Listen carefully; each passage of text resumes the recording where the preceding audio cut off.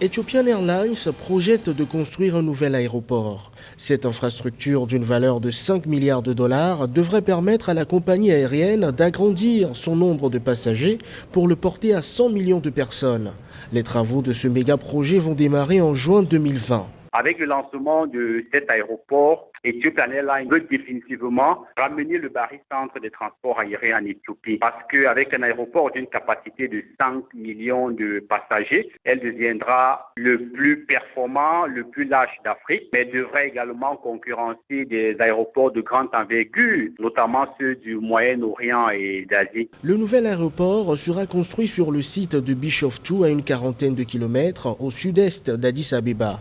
Elle aura une taille supérieure à celle de l'aéroport Charles de Gaulle en France et donc un superconnecteur mondial. Cet aéroport international va faire entrer davantage de devises dans le pays parce qu'un aéroport international de cette envergure-là aura pour effet induit l'attraction de nouvelles autres compagnies internationales qui utiliseront cet aéroport-là comme un hub dans une perspective de déploiement sur les lignes africaines, sur le marché africain. Ethiopian Airlines a désormais le vent en poupe sur le continent africain. Classée 5e plus grande compagnie au monde en termes de pays desservis, elle continue de gravir les échelons en renforçant sa flotte. Depuis 2014, plus de 70 avions ont été livrés pour le compte de ces appareils.